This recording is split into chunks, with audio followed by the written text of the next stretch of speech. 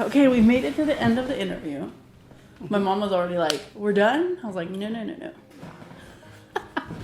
I feel like when we sit down, I feel like that's when we're able to talk about more like deeper stuff. Mm-hmm. This is the segment where I call "We Go Deep." We go deeper. So you ready to go deep? Yeah, totally.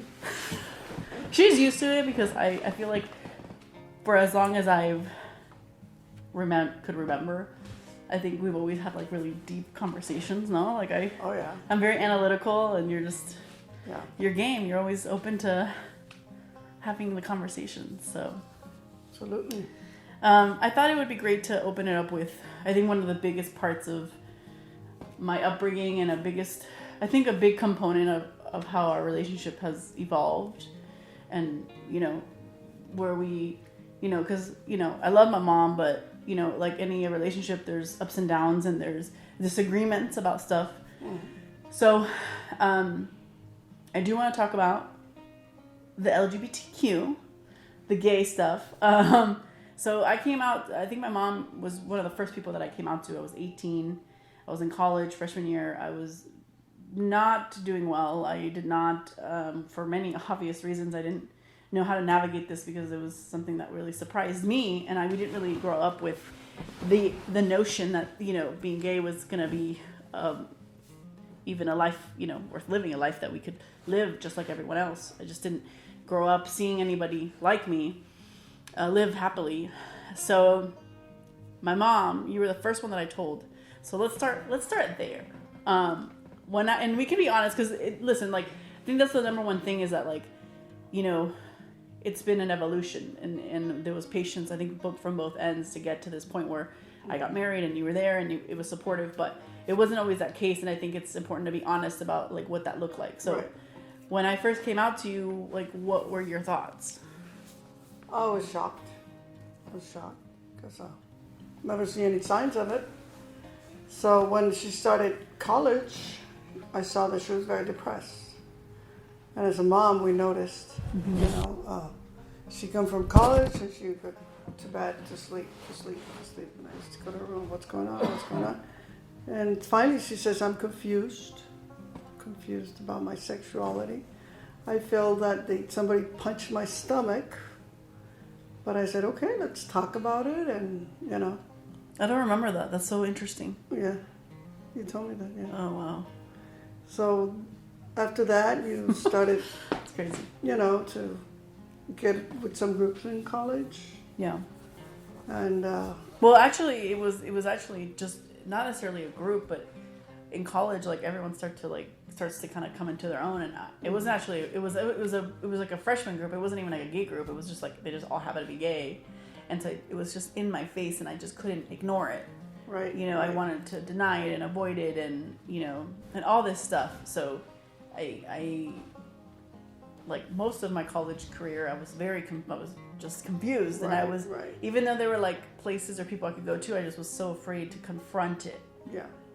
Well, the way you were brought up,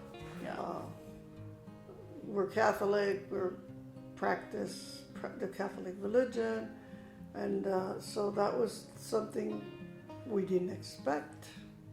Yeah. So it was hard for everybody, I think, Mm-hmm. But when you see your daughter so unhappy and not wanting to live, and so you say, what do you need? What do you want to be? Who do you want to be? So Jackie being so honest, she just had to be herself.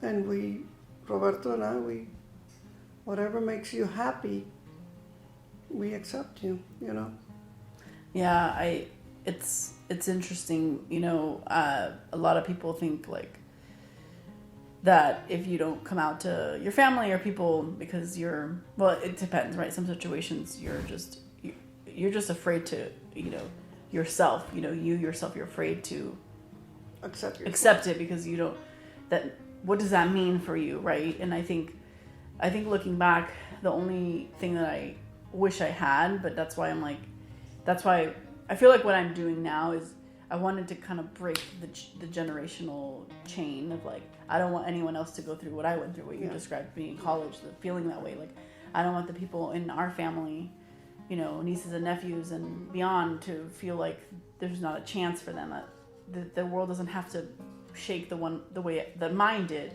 Mm-hmm. But a lot of it is just being able to, how do you create a space where it's okay to even accept yourself? And I think it starts in the home. And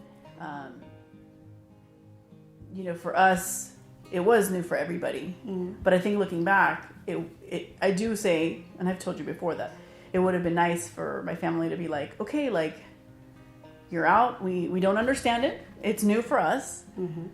but we're here for you, and we're going to be here for you, and we're going to figure this out. And I think being explicit, hearing those words really is a comforting notion. And actually, Robert, my twin brother, was the last person I came out to. Oh, really? Uh-huh. And he was the one out of my whole family that was like, how do I protect you? Mm-hmm. How do I be there for you? And that was a sense of vulnerability, I guess. He also has, maybe he realized that like life isn't what, life has its curveballs. And, but I think like, I guess what I'm trying to say is like, not every family can do that. No. But it's okay. Like, I stuck it through because I knew that they were trying their best. They were doing their best. Yeah, it was something new for everybody, so we didn't know how to act, what to do. But at the end of the day, is the love of the daughter that, and that if you wanted her to see her happy and, wanting to be around. And so, hey, whatever makes you happy, it makes me happy.